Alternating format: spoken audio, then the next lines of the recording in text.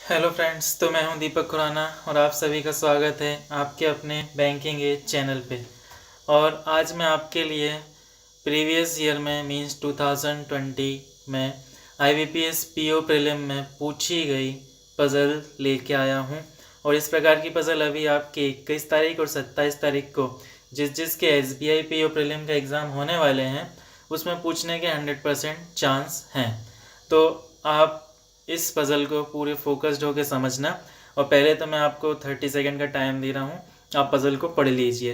Hindi medium वाले Hindi medium में पढ़ लीजिए, इंग्लिश मीडियम वाले इंग्लिश मीडियम में पढ़ लीजिए। मैंने दोनों कंटेंट अवेलेबल करवाए हैं, ठीक है। तो ये रही आपकी पज़ल। आपको पढ़ के ही समझ में आ जाएगा कि आखिर पज़ल में पूछा क्या है और इसमें करना क्या है। लास्ट ईयर बिल्कुल बहुत इजी पज़ल आई थी, इस साल भी इसी प्रकार की पज़ल आने के चांसेस हैं। तो चलिए मैं आपको सिखाता हूँ कि इस प्रकार के पज़ल को बनाते कैसे हैं, ठीक है। और सही अप्रोच क्या है इस प्रकार की पज़ल को बनाने की। तो 6 persons are going to the 6 different cities on 2 different dates 7th and 16th of 3 different months March, April and May of the same year. इसी को हिंदी में नीचे भी दिया है कि 6 व्यक्ति 6 अलग अलग स्थानों पर और 6 अलग अलग नहीं 2 अलग अलग तारीख 7 और 16 को 3 अलग अलग महीने मार्च, अप्रैल और मई में जा रहे हैं। और ये जो महीने हैं ये एक ही साल के हैं, ठीक है। तो जैसा उसने बोला है उसको देखते हुए सबसे पहले एक डायग्राम बना लेते हैं। ये लिख रहा हूँ मैं 7, ये लिख रहा हूँ 16, फिर लिख रहा हूँ 7, फिर लिख रहा हूँ 16। मतलब मैं 2 प्रोबेबिलिटी लेके चलने की कोशिश करूँगा, ठीक है। समझते हुए चलना एक एक स्टेप। ये 1 2 3। और जैसा मैं एग्जाम में करता हूँ आपको बता दूँ। अब यहाँ पे आपको कन्फ्यूज़न हो सकता है 7 16 में, तो ये जो बीच वाली लाइन है इसको थोड़ा सा आप कर देना डार्क, ताकि आपको अलग अलग पजल समझ में आ जाए कि ये वाला पार्ट अलग है, ये वाला पार्ट अलग है। ये मंथ कौन सा है? मार्च, अप्रैल और मई, ठीक है। मार्च, अप्रैल और मई। सबसे पहले तो मैं इन मंथ्स में कितने डे होते हैं वो लिख लेता हूँ। मार्च में कितने होते हैं? 31, अप्रैल में 30 और मई में 31। तो ये मैंने लिख लिया 31, 30 और 31, ठीक। अब हम पजल स्टार्ट करते हैं। B goes in the month which has an odd number of days and on odd number date, ठीक है। जो बी है वो ऑड नंबर डेट को जा रहा है और ऐसे मंथ में जा रहा है जिसमें विषम दिन हो, मतलब ऑड डे हो।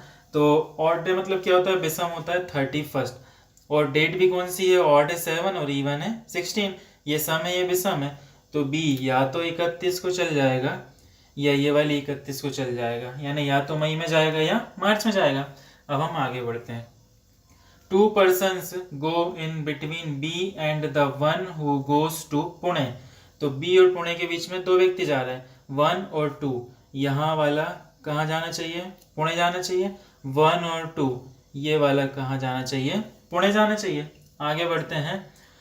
Only 2 persons go after the one who goes to Varanasi. Varanasi जाने वाले के बाद सिर्फ 2 व्यक्ति जाते हैं।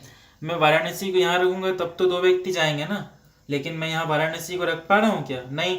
तो ये वाली प्रोबेबिलिटी कैसी हो गई? गलत। इस पे चलते हैं।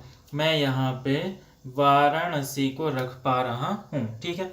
अब मेरे पास दूसरी प्रोबेबिलिटी बनाने के लिए कोई जगह नहीं है, इसलिए मैं यहीं के यहीं इसको ट्रांसफर कर देता हूँ। ये पुणे कर दे रहा हूँ, यहाँ वाराणसी कर दे रहा हूँ, यहाँ बी कर दे रहा हूँ। मैंने एक ही पजल की फिर से 2 प्रोबेबिलिटी बना ली।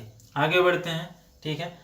ए goes to Delhi on an odd numbered date.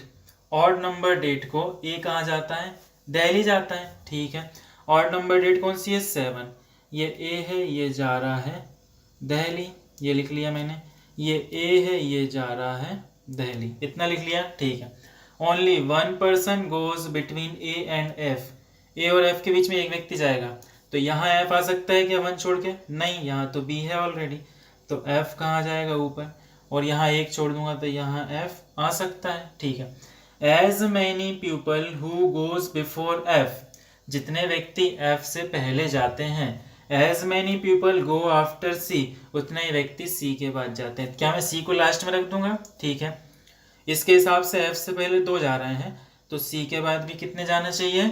2 जाना चाहिए। आगे बढ़ते हैं।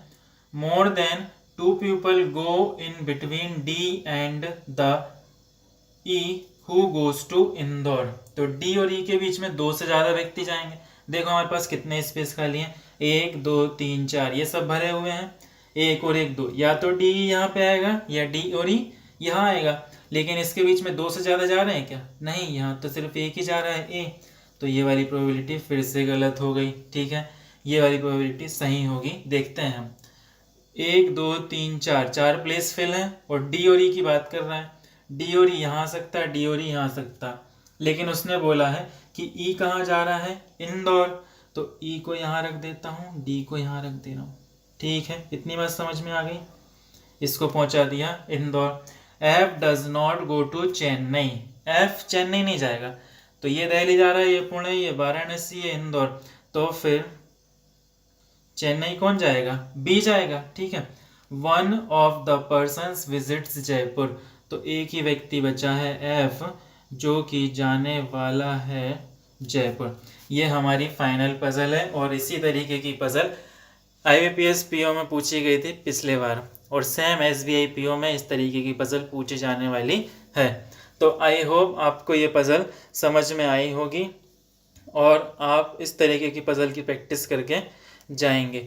और चैनल को सब्सक्राइब जरूर कर लेना। अगेन फिर से बोल रहा हूँ, चैनल को सब्सक्राइब करोगे तो आपका फ़ायदा होगा, नहीं करोगे तो आपका नुकसान होगा। ठीक है, और अगर चैनल को सब्सक्राइब कर लोगे तो फ़ायदा ही होगा, फ़ायदे में ही रहोगे, ये मेरी गारंटी है। और मैं जैसा बता रहा हूँ इन स्टेप्स को फॉलो करते हुए चलो, आराम से एग्ज़ाम्स निकलेंगे और एक दिन आप सक्सेस होगे। थैंक यू, मिलते हैं नेक्स्ट वीडियो के साथ।